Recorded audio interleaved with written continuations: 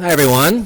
If I could have your attention, we're going to introduce and get to our lunchtime keynote speaker. Great. Okay.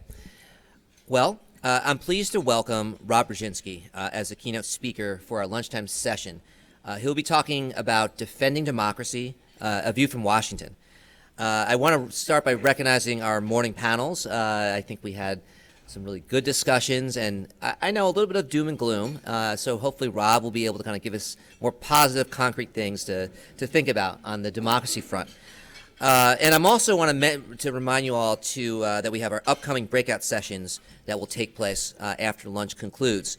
And we have topics that range from whose data is it anyway to reporting in an era of fake news and democracy in a post-privacy world. And these are more intimate, smaller sessions that allow more of a back and forth between the co-moderators and yourself. So I encourage you to stick around and try to participate in those if you're able to. And of course, tonight's keynote will be by former U.S. Ambassador to Russia and senior fellow at Stanford, Michael McFaul. So we still have a number of exciting items ahead of us today. I want to acknowledge our sponsors as well, the Idaho Statesman, Idaho Public Television, and Boise State Public Radio, who have been very generous helping to make this possible.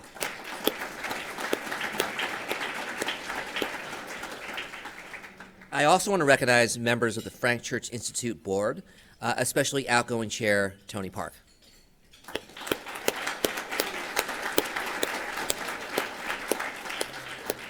And let me give a hat tip to my colleagues, of course, Gary Wensky, Executive Director of the Frank Church Institute, as well as Chase Johnson, who's around here somewhere, I think in the back there, Research Associate, both of whom their leadership is critical for a successful conference.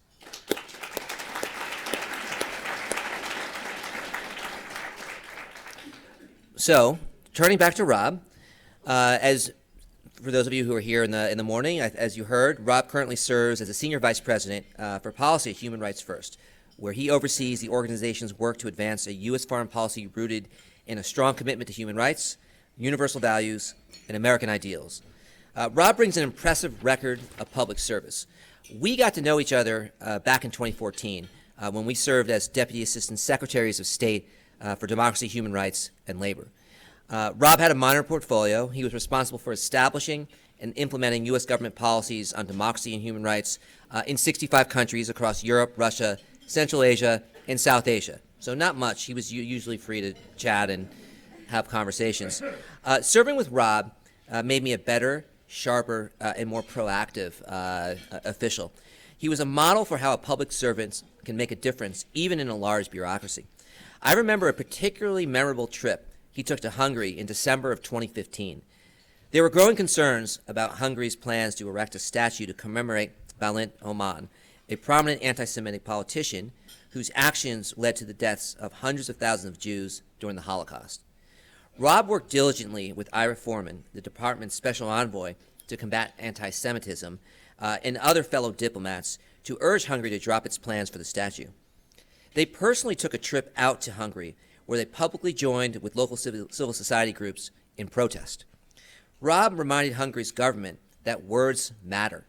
He said, quote, "When politicians choose to define whole classes of people as the other, be they Muslim, Roma, or Jew, they stoke division. And all too often, as history has shown us, actions follow words." As a result of these actions, the Hungarian government, dropped plans for the statue, and I think to me and to many of us, that was something that we thought long and hard about when it comes to finding models of successful policy action to lead to real, concrete, tangible results. Rob also served under Ambassador Samantha Power as Deputy Director of the U.S. Mission to the UN's office in Washington, D.C. For those who know Ambassador Samantha Power, that is no easy feat, I'll tell you that. Rob worked as a special assistant to former Deputy Secretary of Defense Ash Carter. He spent 3 years as Director for Security and Human Rights Policy at the White House National Security Council. And from 2008 to 2010, he served on the staff of the Undersecretary of Defense for Policy. He began his career as an intelligence officer in the U.S. Air Force and is an Iraq War veteran. Please join me in welcoming Rob Brzezinski to the podium.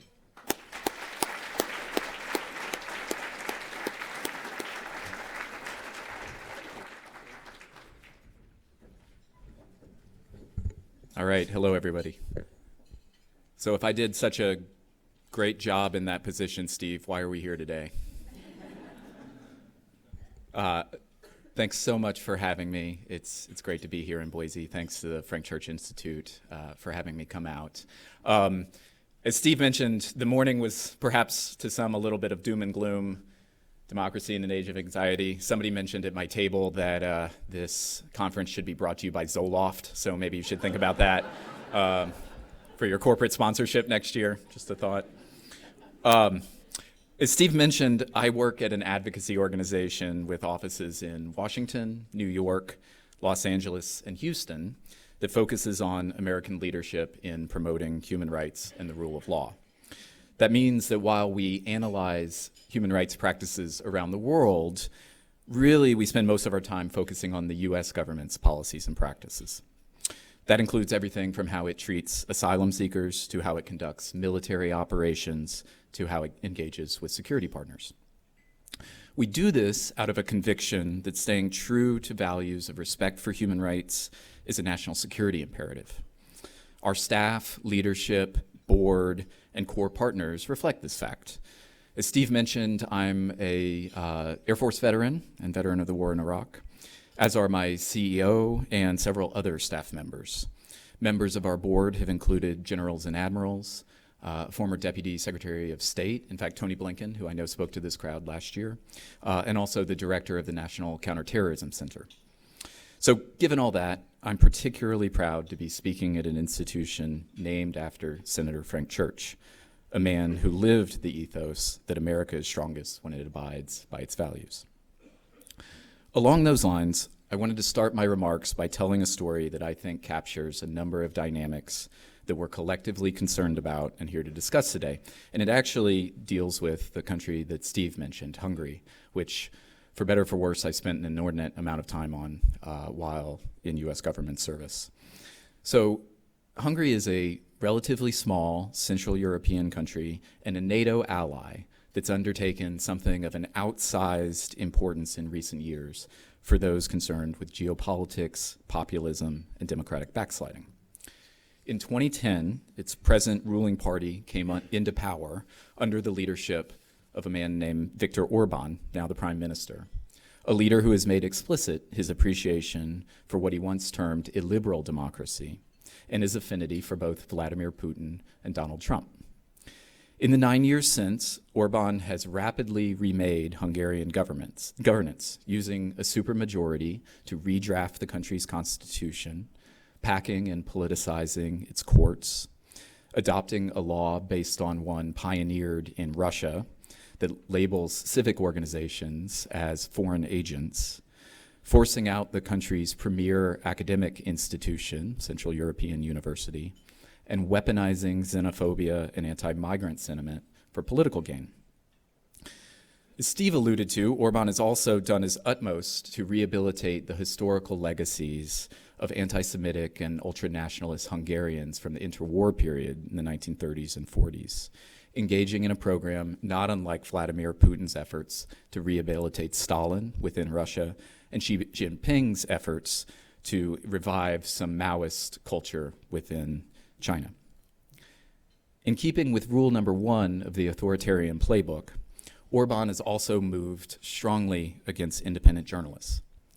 Public media has been taken under direct state control, while over 400 previously private newspapers, television stations, and radio outlets were weakened through the government's ability to steer advertising revenue away from those independent outlets and toward friendly outlets.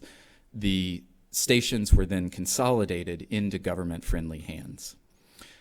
The upshot of this consolidation is that today, Hungarian state media routinely and uncritically parrots themes originating in Russian propaganda, among other distortions. It was in this environment in 2017 that an American reporter working for Politico newspaper broke the news that the Hungarian government was detaining asylum seekers in camps at its border in violation of court orders from the European Court of Human Rights. In some cases, the reporter alleged, the Hungarian government was even denying food to the detained asylees. In response to this and other reporting, a government-affiliated news outlet soon published an article identifying that American journalist and 8 other foreign journalists who it described as enemies of the Hungarian people. The Politico reporter made clear to U.S. government officials that given this story, she felt that her life and livelihood were threatened. In October 2017, the senior U.S. government official, a career Foreign Service officer operating in Budapest, the capital of Hungary, gave a speech in response to this episode entitled "Freedom of the Press, Enduring Values in a Dynamic Media Environment." The speech was, in a certain sense, really nothing special. In it, the American diplomat explained America's commitment to the First Amendment and to freedom of speech and the role of a free press in any democratic society. To listeners, however, the point was clear. The United States was officially telling a friend and ally, politely but firmly, that it was off track. Not only that, but the U.S. government backed its rhetoric with action. Shortly after the speech, the State Department announced that it would issue a grant to a few Hungarian news outlets struggling to hold their independence against this onslaught from the government. That's when things started to get a little strange. In response to the announcement, a handful of U.S. congressmen wrote then Secretary of State Rex Tillerson a formal letter that criticized both the grant and the State Department career officials' speech in support of media freedom. These members of Congress described the action as an affront to a NATO ally. The congressman made no reference to the actual content of the speech or to the media environment in Hungary, or to the fact that Russian propaganda was increasingly being promulgated through the state-backed media. Now, that might strike this audience as an odd thing for members of Congress to do. But in all likelihood, the idea didn't originate in their offices. It's likely that the idea for the letter came from a combination of the Hungarian embassy in Washington, as one might expect, and from Prime Minister Orbán's paid lobbyists, one of whom was in fact a former member of the US Congress. By early January 2018, word had leaked out of the State Department that the grant proposal it had issued the previous summer had been unceremoniously terminated, which I can tell you from my personal experience within the department is a very strange occurrence. To this day, no official explanation has emerged to why a grant supporting freedom of the press was abruptly ended. The government of Hungary, meanwhile, has moved closer to Russia while continuing to erode its rule of law. In 2018, later that year, the Senate Foreign Relations Committee released a report entitled, quote, "Putin's Asymmetric Assault on Democracy in Russia and Europe, Implications for U.S. National Security." The report noted, in part, Prime Minister Orbán is perhaps the most supportive leader of Vladimir Putin, his style of leadership, and his worldview. His government has taken no discernible steps to stop or even discourage Russian malign influence, and appears to applaud the anti-EU, anti-US, and anti-migrant Russian propaganda because it aligns with Orbán's own themes. More recently, Hungary has welcomed to Budapest what's called the International Investment Bank, which the Kremlin describes as a multilateral bank, but is known to experts as something of a front for Russian intelligence. Credible reports indicate that the Orbán government is, at the same time, growing increasingly corrupt, siphoning funds that come in from the European Union to favored businesses and family members of the ruling family. So, pulling back the aperture a little bit, what does an anecdote like this tell us about the larger state of the world and the challenges we face? I'll offer 4 different suggestions. First, authoritarians are following a common playbook, and they're learning from one another, and in many instances, working with one another. At home, this means discrediting and silencing the media, while censoring and injecting disinformation into the online sphere, as we heard about this morning. Branding political opposition as disloyal and traitorous, locking them up where possible. Politicizing the courts, undermining civic organizations, either by shutting them down outright, tying them up in spurious legal challenges, or branding them as traitors to the nation, ensuring loyalty and personal enrichment through the corrupt distribution of public funds, and wherever possible, rigging the underlying rules of the political system to limit challenges to power. Internationally, we're also seeing something of an emerging playbook. These actions include the growing trade in surveillance state exports, organized attempts to change international rules of the road within bodies like the UN and other multilateral organizations, and the organized harassment of dissidents, both offline and off, in some instances even rising to the nature of state-backed murder. The international authoritarian playbook also includes the body of activities that scholars at the National Endowment for Democracy have labeled sharp power. And what that means is the ability of illiberal states to use the openness of open societies against them. These sorts of activities include meddling in democratic states' elections and exploiting the free and open internet while censoring it at home. We've seen some good examples of sharp power just recently, as we discussed this morning, in everything from the news that Americans were caught funneling Russian money into our political system to Chinese efforts to extort the NBA into silence over events in Hong Kong. As with the internal playbook, once an illiberal state pioneers a new technique meant to influence events abroad, others seem to take notice and follow. Case in point has been the weaponization of social media, which was pioneered in large part by Russia, but is now increasingly employed by states like China, Saudi Arabia, Iran, and UAE, among other governments. The same goes for old-fashioned media.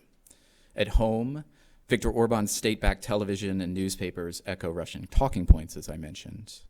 And elsewhere in Europe, Orban and his allies are advancing their populist messaging by buying or starting outlets in countries like Slovenia, Macedonia, and Romania.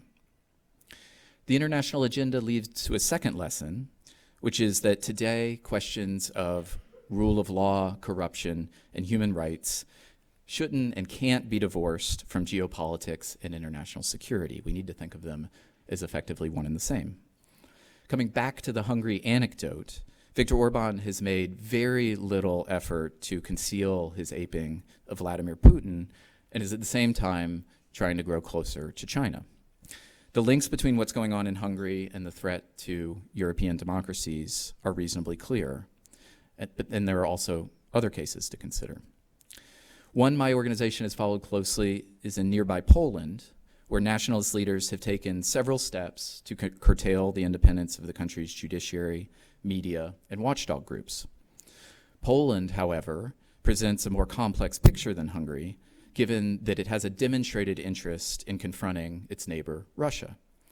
So how does the Polish government's creeping authoritarianism negatively impact regional security?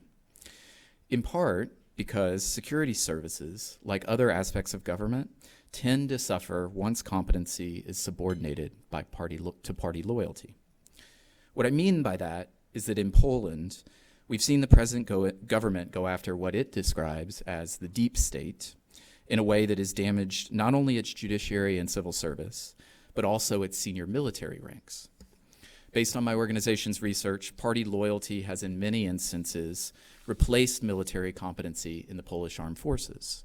The impacts of a change like that may not be immediately visible, may not be seen for years, but in the case of an emergency, the results could be quite dire. Other examples bear out the point. The symbiotic relationship between members of the Rajapaksa family in Sri Lanka, who stand credibly accused of war crimes and significant corruption, and the Chinese government, which, as part of its Belt and Road Initiative, has supplied Sri Lanka with unnecessary infrastructure and debt while diverting funds to support the family politically. Similarly, the way in which Philippines strongman Rodrigo Duterte has realigned his country while simultaneously prosecuting his murderous war on drugs, and the extent to which President Erdogan in Turkey has grown closer to Russia, going so far as to purchase advanced Russian anti-aircraft systems while attempting to eviscerate Turkey's democratic checks and balances. What each of these instances alludes to is that the struggle between open and closed societies is becoming more of a central fault line in global politics. and that leaders that lead based on nativism, the quashing of dissent, and corruption see advantages in some amount of international alignment, whatever their other differences. I don't want to overstate that point, which was brought up at several times in the course of the morning's panels, but there is no doubt that leaders that benefit from these systems see benefit in sharing lessons learned effectively with one another. The Kremlin, of course, has a well-documented recent history of covert and overt support for populist and Eurosceptic political parties and leaders in both Europe and the United States. Its strategy is reasonably clear. A transatlantic West that is divided and preoccupied is less likely to contest Russian policies at home and abroad, including corruption on a national scale. A West whose citizens can agree on even basic facts allows those who prefer to avoid scrutiny greater freedom of maneuver. And indeed, for a variety of different reasons, it seems difficult for us to even agree on basic facts. Case in point relates to the President of the United States attempting to trade official U.S. government aid and recognition for personal political favors, a fairly straightforward transgression which, at least until now, was a matter of consensus and now stands as something of a political Rorschach test. A recent analysis from political scientists at Stanford and the University of Wisconsin underscores what we see before our own eyes. Party affiliation dramatically colors the extent to which Americans view foreign interference in U.S. elections as threatening and illegitimate. These researchers found that while in the abstract, Americans overwhelmingly disapprove of a foreign government taking steps to impact an election outcome, we are significantly more likely to condemn that activity and lose faith in democracy when the foreign government is aiding our political opponents rather than our favored party. In other words, in America, political tribalism is coming close to threatening everything we say we hold dear. This brings me to the fourth and last theme, the extent to which structural weaknesses in the American political system are directly playing into the hands of foreign autocracies. My sense is that many Americans would be stunned to learn that retired members of Congress are permitted to lobby their former colleagues on behalf of foreign governments, much less autocratic governments. The fact is that of the roughly 1,000 senators and members of Congress who have exited their positions since around 1990, around 11% have registered as representing foreign governments or associated businesses or think tanks. Many of the largest spenders on former members of Congress turned lobbyists also happen to be among the world's most repressive governments, from Saudi Arabia to Turkey to Belarus and Tajikistan. Larry Diamond, a Stanford professor and democracy expert at the Hoover Institution, has called for an end among this practice as one of many needed steps to harden American democracy against foreign interference. Experts have identified a litany of other important actions along similar lines. Some of these include requiring political campaigns to report offers of foreign assistance to the Department of Justice, mandating that sponsors of online political ads disclose information similar to what's required already for ads that run on television or on the radio, establishing a counter foreign interference coordinator at the National Security Council at the White House focused on these issues 24 hours a day, and something along the lines of a National Hybrid Threat Center that would operate like the National Counterterrorism Center. And finally, requiring the disclosure of the actual owners, the lingo is beneficial owners of anonymous shell companies, the existence of which continues to allow kleptocratic foreign officials, their cronies, and malign actors the ability to park what is on the magnitude of hundreds of millions, if not billions of dollars in illicit gains within the United States.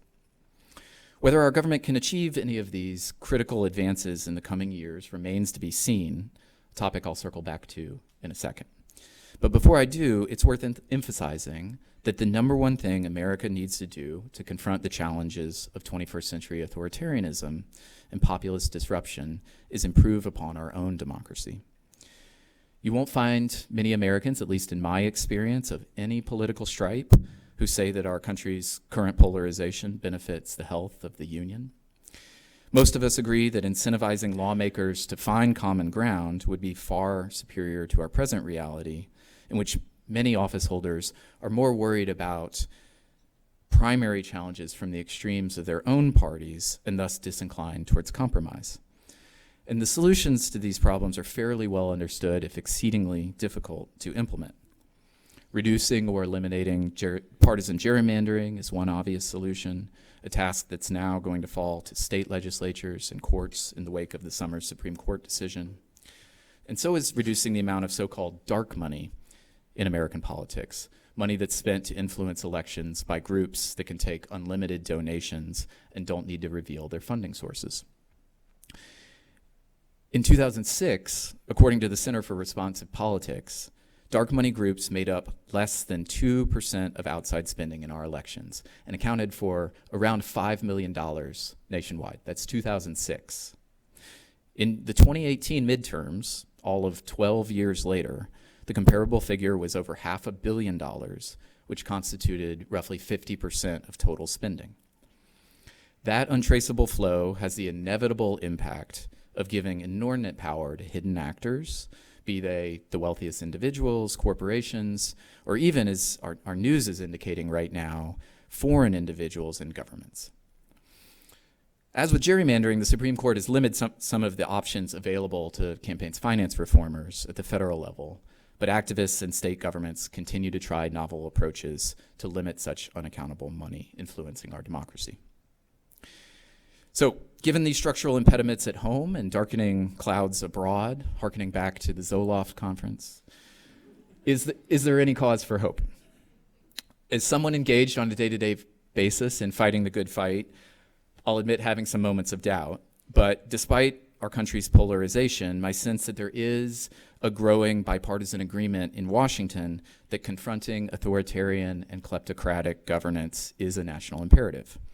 So I'll conclude on that note. To start, where most of the legislative fixes to hardening America's defenses against malign influence that I mentioned previously remain somewhat far from passage, most do have bipartisan support. The legislation that comes closest is the bill that would end anonymous shell companies, which should go a long way in shining light on the proceeds of kleptocratic behavior. Such legislation is making steady progress in the House and Senate right now and could be signed into law by the end of the year, after years of hard work from advocates. Moreover, in some instances, Republicans and Democrats are finding common ground on legislation responsive to some of the challenges to the international system posed by China, Russia, and other authoritarian actors. Exhibit A remains the bipartisan sanctions legislated at the start of the Trump administration against Russia. And thankfully, anyone who cares about anything from stopping foreign meddling to supporting human rights abroad, Democrats and Republicans in Congress have, for multiple years now, fully funded the State Department in rejection of administration requests to dramatically cut that body's diplomatic budget.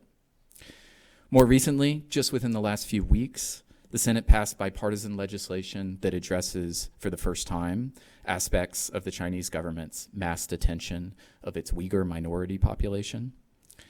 Among other things, the legislation mandates the creation of a list of all Chinese companies involved in the construction or operation of China's detention camps, as well as those that provide surveillance technology in support of Xinjiang in Western China, the police state there. It also directs the FBI to report all the ways that it is working to protect Uyghurs and other Chinese nationals resident in the United States from harassment and intimidation here.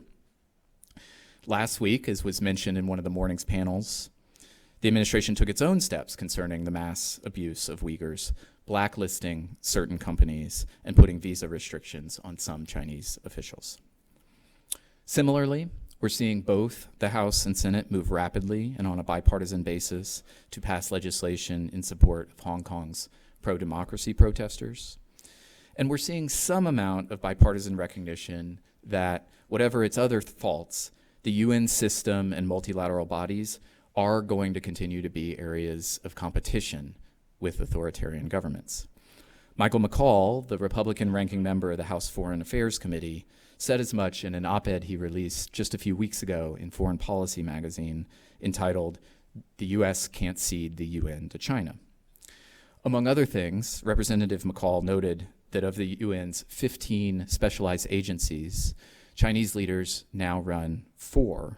And while there's absolutely nothing inherently wrong with that, China has a long record of using its positions of authority to advance an anti-democratic worldview.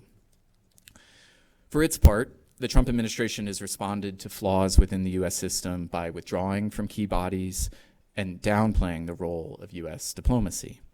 Yet ceding what remains an important diplomatic space is, in my view at least, a mistake, and McCaul's op-ed provides some hope that there's going to be bipartisan recognition of that fact moving forward. Additionally, the congressional response to the premeditated and brutal murder of Washington Post columnist and Virginia resident Jamal Khashoggi just over a year ago was bipartisan from the get-go, despite pushback from the White House. The key point to recognize in this case is despite the fact that Saudi Arabia is an important U.S. security partner, the U.S. can't be seen as giving a green light to dictators around the world that they can kidnap or assassinate dissidents with impunity, a tactic we've seen employed recently by both Russia and China. And finally, to bring us back to where we started, there's a growing bipartisan recognition that Congress needs to be more assertive in pushing back on democratic backsliding in certain European NATO-allied countries like Hungary and Poland. Within the last few months, we've seen Republican and Democratic foreign policy leaders come together to voice public concern about these governments' trajectories. Mindful of the State Department's unexplained decision to cancel its grant to support Hungary's independent media, recently the U.S. Agency for Global Media announced that it would restart Radio Free Europe, Radio Liberty programming in Hungary, a really important step. The move is opposed by the Hungarian government, but is supported by a coalition of Republican and Democratic lawmakers. It's steps like these that are going to need to be more common moving forward if the U.S. is going to get serious about addressing authoritarianism, populist-driven rule of law backsliding, and a host of other related strategic concerns. I say that fully cognizant of the momentous and divisive events consuming Washington and much of the rest of the country right now. All of which is to say that the choice facing U.S. foreign policy at the moment is a stark one and can't be divorced from U.S. domestic policy. One option is to respond to the rising tide of global authoritarianism by doubling down on transactional relationships and those built on a foundation of common outlook. A second option is for the U.S. government to respond not only through smart, bipartisan defense against foreign meddling, but by redoubling support to liberal democracies, reducing impunity for human rights abusers and kleptocrats with smart, targeted sanctions, investing in activists working to improve rule of law in countries moving away from democracy, and repairing frayed diplomatic relations with our closest allies. All of this, of course, relies on not falling victim at home to many of the same dynamics we're seeing play out so destructively abroad. That in turn requires support for democratic guardrails and a commitment from all of us to play by the same rules and by the same facts, even when we might disagree on discrete issues. That is by far the most pressing challenge ahead of us. Thank you.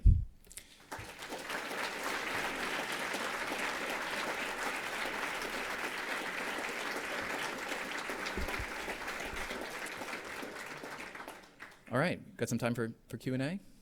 Okay. I think there are fewer high schoolers in the room, so I look forward to easier questions. Sir. Some reports say that morale at the State Department's never been worse. Yet you mentioned that Congress has, on a bipartisan basis, sort of supported the Yeah. State Department. In fact, I mean, just anecdotally, I've heard from people that know people at the State Department, things are pretty bad. Yeah. I mean, what percentage of their diplomatic corps or officers have they lost in the last 5 years? And what is the state estimation of their well-being, I guess you could say, professional? Yeah, we talked about this a little bit this morning. My sense, and that's on the basis of having spoken to a number. Sure. The question was, what's the state of morale in the State Department at the moment, given what's going on? And I still talk to a number of my former colleagues and employees in the State Department, so I have a fairly decent view of events there. And the answer is it's not great. There was a sense from the first days of the present administration that diplomacy was going to be kind of downgraded in importance relative to military hard power. That point was driven home, and I think a lot of career officials felt like their expertise was devalued. I will say that when we had the transition from the first Secretary of State, Rex Tillerson, to the President, Mike Pompeo, to his credit, really made a point of telling the institutional State Department, you're going to be valued, I've got your back, things are going to get better. And he took a few steps, like canceling a really unfortunate hiring freeze that had been put in place by Tillerson, that helped, certainly. That said, I think more recently, particularly with what's going on with this kind of shadow foreign policy related to Ukraine, that only exemplifies the extent to which the career civil service feels like President Trump doesn't need or want their expertise, and in fact is going beyond that and is formulating a foreign policy that has nothing to do with the expert analysis that's being provided by our foreign service officers and career civil servants. That's not unique to the State Department, but I think they've been particularly hard hit. So unfortunately, morale is pretty low. I mentioned in the morning panel that it's going to take years to rebuild some of this capacity, and that's certainly true. But I think as we look to the coming presidential campaigns, some of them have already said that they're going to make rebuilding the State Department a priority. I couldn't agree with that more. And I think we need to have some really creative thinking about how you build back that experience really quickly, either by perhaps allowing for special programs that would allow people that have left to come back in under certain circumstances, or something like an ROTC for diplomats. I benefited immensely in my career from doing ROTC when I was in college. It paid for college and allowed me to go off and be an Air Force officer. We should have something similar given the nature of the geopolitical environment. Diplomats are going to be incredibly important in the decades to come. So a program like that, I think, would be well worth the investment on the front end.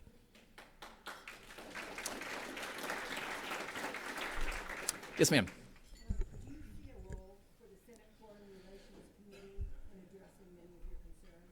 Absolutely.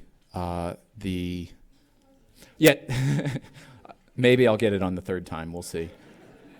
Is there a role in the Senate Foreign Relations Committee in addressing many of these issues? My response is absolutely. My organization deals with both the Senate Foreign Relations Committee and its House counterpart, the House Foreign Affairs Committee, on a weekly, if not daily basis. And dynamics are tough, to say the least. Much of the political polarization that we all see out there has impacted the inner workings of those two committees. But that's not to say, as I alluded to in my prepared remarks, that we don't see places where the Republicans and the Democrats on those two committees are working together. One example, what I mentioned in the remarks, that my organization has worked very closely on, among others, where we have seen just a tremendous amount of bipartisan cooperation, is on a response to this terrible murder that the Saudi government carried out against Jamal Khashoggi, this Washington Post reporter. The White House has made clear that it would let the Saudis off the hook in a heartbeat. And it's been both Democrats and Republicans, primarily but not exclusively, on the Senate Foreign Relations Committee that have, to date, made sure that that hasn't happened. We're still waiting on really important legislation to come through, so the proof will be in the pudding. But I think it's in everyone's interest to maintain a sense of bipartisanship on those two really important committees. And while there are plenty of areas I could point out where that bipartisanship is faltering, in some key areas, it's still held. In the back. Where do you see common ground with respect to restoring the democratic guardrails we talked about? So see, I got it on the third try. Where do I see common ground? Yeah, bipartisan common ground on democratic guardrails. I mean, this is the $64 million question. I think the challenge right now, particularly for Republican lawmakers, is to recognize that we are experiencing an environment in which we can disagree on particular policies, but we have to be in agreement that we can't allow our executive leadership to tear down the checks and balances that establish the rules of the road and maintain the republic. I think it really remains to be seen, to be honest.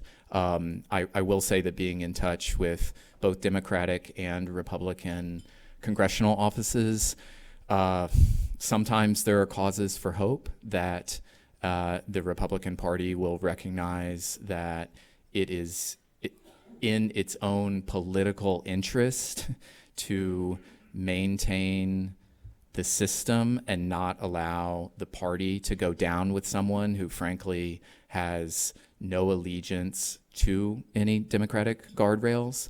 But of course, as you all know from reading the papers, that's something of an open question at the moment. What would you recommend somebody my age do? I guess what group they should look into if they're interested in diplomacy and representing minorities, much like I do? Yeah, great question. So the question is, what should young people do if they're interested in diplomacy and human rights and standing up for minorities? As you think about, are you in high school? So there are tons of opportunities if and when you go to college to engage in whether it's the Model UN or various service organizations. That's, of course, the case in places like Boise. I was speaking with one of the leaders of the Frank Church Institute about various foreign affairs organizations that are active here in the local community. So the first answer is always get involved locally, even if you want to see change globally. I think what my organization embodies is an idea that we can only really speak about human rights overseas if we are strong defenders of human rights at home. So thank you. So it may not seem that you working on behalf of civil rights in your local community relates to a career in diplomacy, but it's not a bad place to start. In terms of building on that career, as I mentioned, there are ways, I wish there were more ways, but there are ways to enter into federal government service. And I'd be happy to speak with you after the luncheons about how you can apply either to be a U.S. diplomat or to work for any number of wonderful organizations that operate overseas and do great things in terms of both human development and protecting minority rights. And so if really your passion is in international affairs, my best advice is go out there. Once you finish up working in your local community, find a way to go out into the world. It's truly, it gives one an incredible perspective that whenever you come back to the U.S., if you want to be involved in policy making, just couldn't be more valuable. I really got that through my time in the military when I was mostly overseas, but there are any number of ways to do it, whether it's the Peace Corps or working for a non-governmental organization, among others. Sir. Yeah, I was very interested to hear your recitation about what happened in Hungary and the speed with which that happened. And I can't help but think about things that have happened in this country and the forces that have been in play over the last 3 or 4 years. And I seriously worry about American democracy. And I'm wondering, just your feedback on what you think about that. I mean, are we really at serious risk here? I think we could be. Now, we should differentiate between the depth of liberal democratic institutions in the United States, given our history in a country like Hungary, which through the world wars and the Cold War has had a very limited experience in representative democracy. So I don't want to take the analogy too far, but as many have pointed out, the issue in terms of democratic backsliding pretty much globally right now is not one of functioning democracies that are overtaken by, say, a military coup, where it's a night and day change, where everybody recognizes what was on side A and then what was on side B. In country after country, what we're seeing is what some scholars describe as authoritarianization, which means more or less what we are experiencing in some regards here at home. Little changes that people thought to themselves were rules that everyone respected, in some cases were even laws that were universally enforced, turned out to simply be norms. And we are seeing actors who are willing to blow through those norms. The question is really what happens on the backside of this moment. And if we can all snap back, hopefully go beyond where we were, but if we can all snap back in terms of what are essentially just agreements between our political parties to operate by the same rules, I think we'll be okay. I think there's also going to be just massive inclination to, now that we've broken through so many guardrails, to say, well, those guys did it, we're going to do it too. And I think it's incumbent on all of us to make sure that we do that as little as possible, while through the mechanisms we have, primarily through action by our Congress, strengthening both our ability to guard against foreign interference and to strengthen internally. Yes, ma'am.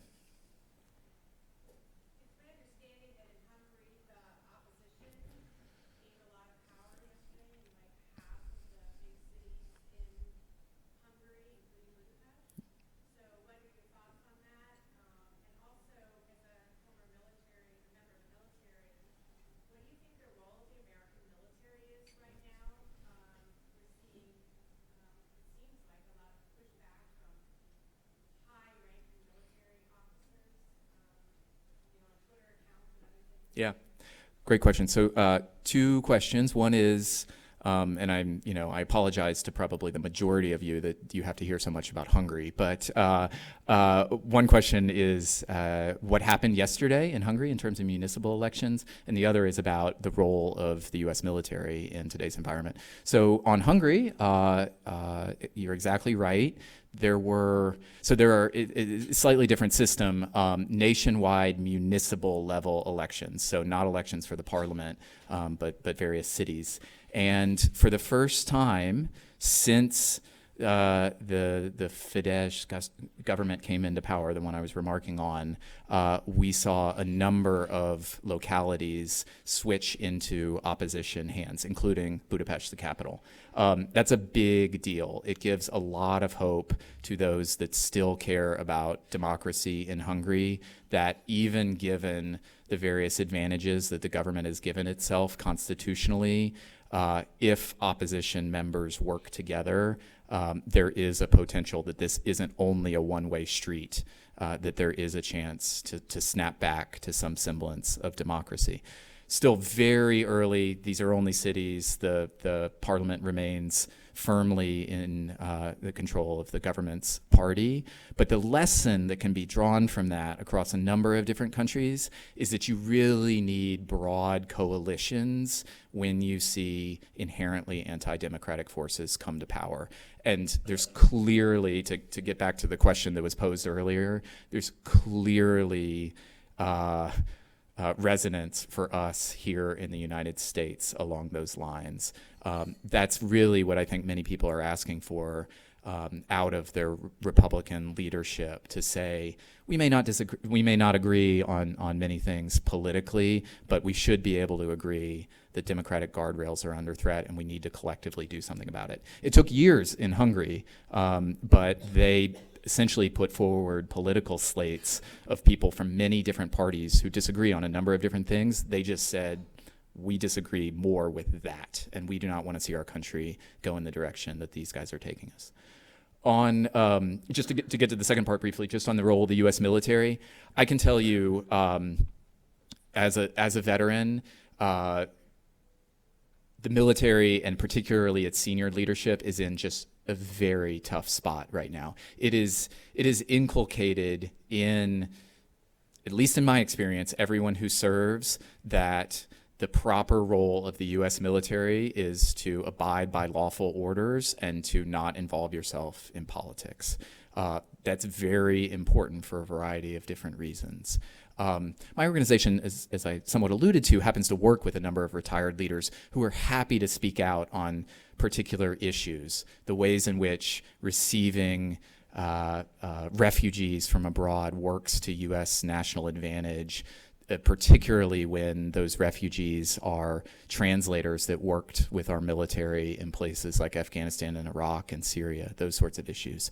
But you can really see in real time the difficulties that many retired generals and admirals are contemplating as they decide whether to speak out on what are inherently political grounds. I don't have an answer for you. Obviously, each retired senior military leader is making their own decision. Many have spoken out and said this should not stand. Others, like General Mattis, have elected not to, and he's taking some criticism for that right now. But there are good reasons not to, even though I think it's important that we hear more of those voices right now.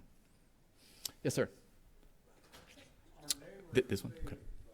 Montana may have come up with a solution in part to the dark money, and that is their disclose law, which says that if anyone is going to contribute to campaigns, take part in campaigns, campaign in the state and make contributions, 90 days before the election, they have to make a disclosure of all sources of the monies they have received from that they're going to be spending.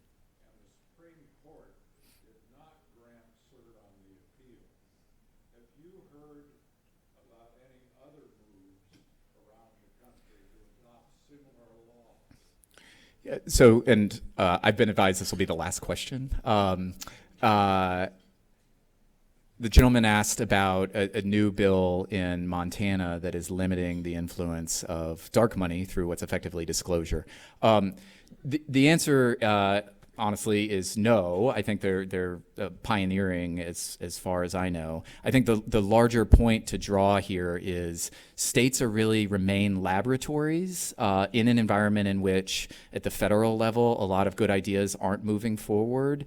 It's important that we see more examples along the lines of what you're describing in Montana. We've seen, it's a slightly different topic, but in Maine, we've seen really positive results from a change in how voting takes place from what's called first past the post, meaning kind of how we think of our elections, to ranked choice voting. And in the interest of time, I won't go into all the details, but ranked choice voting effectively moves people, irrespective of their political outlook, toward the center. So it, again, is a structural change that can lead toward more compromise and more centrist policies, which I think most people want. So we need to see more of this coming out of the states, and I applaud it. All right. Thank you.